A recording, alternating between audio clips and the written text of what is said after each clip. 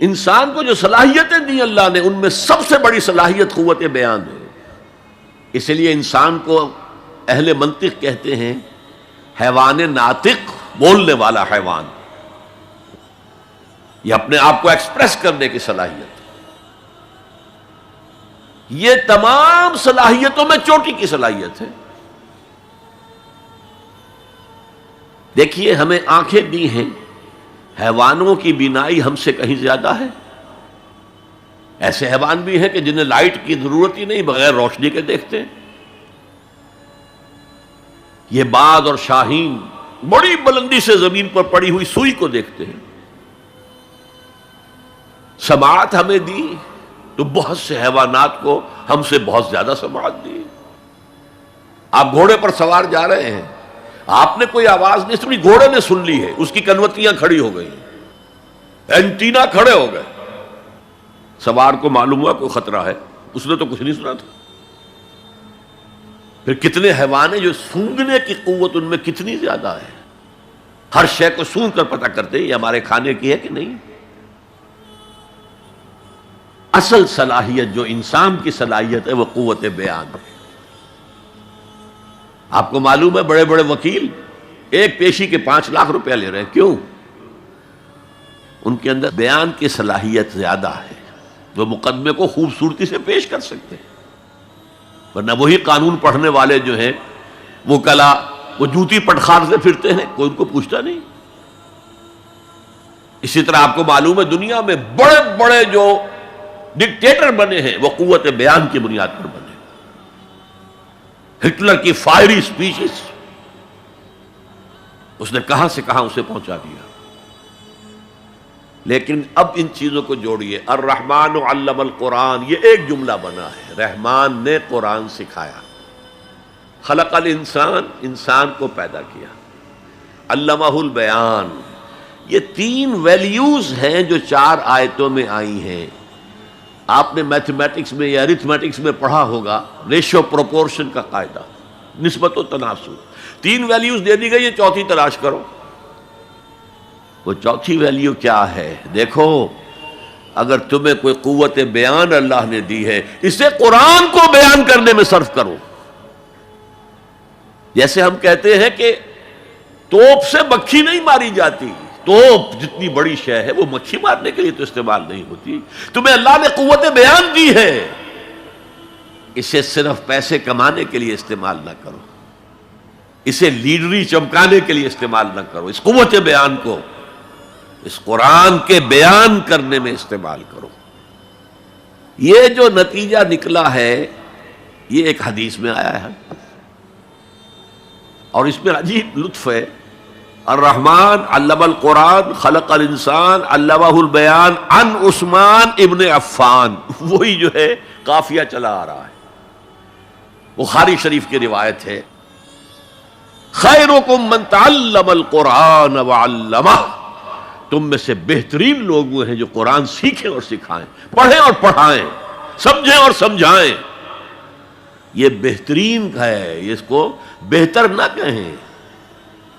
یہ خیر کے بعد من آ جائے گا تو یہ کمپیریٹو ڈگری ہوگی. انا خیر منہ، ابلیس نے کہا تھا میں اس آدم سے بہتر ہوں. خلقتنی من نار خلقتہ من طین، مجھے تو نے آگ سے بنایا، اسے مٹی سے بنایا. اگر من نہ آئے تو یہ سپرلیٹو ڈگری ہے. خیرکم، تم میں سے بہترین لوگ وہ ہیں جو قرآن سیکھیں اور سکھائیں.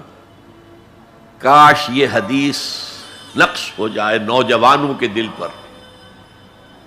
کیریئرز کی تلاش کرتے ہیں، ایم بی اے کر لیں، کمپیوٹر میں ایم ایس کر لیں، کیریئر بنے گا، تنخواہ اچھی ملے گی.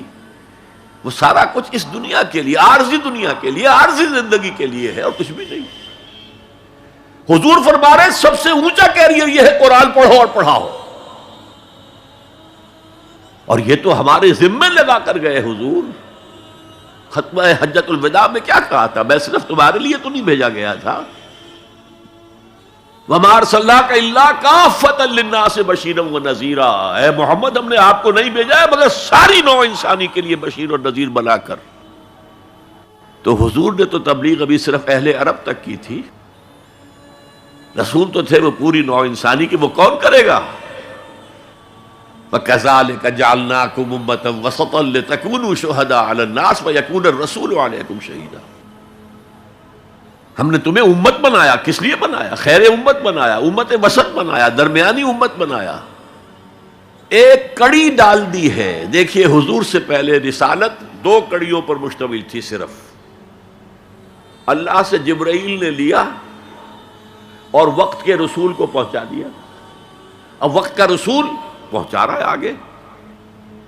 رسالت 2 کڑیوں پر تھی، حضور پر آ کر جب رسالت اور نبوت کی تکمیل ہو گئی، ختم ہو گئے، تو تیسری کڑی لگ گئی۔ اللہ سے لائے جبرائیل، پہنچایا قرآن کو، حضور نے پہنچایا امت کو، اور امت کے ذمہ اب پہنچاؤ ایک ایک انسان کو۔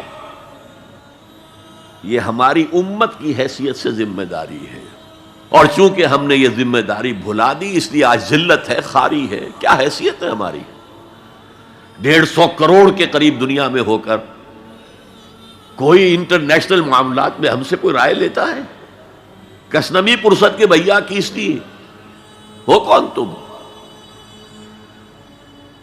حالانکہ دیکھیں کتنا بڑا رقبہ ہے، سارے وسائل اللہ نے دیے۔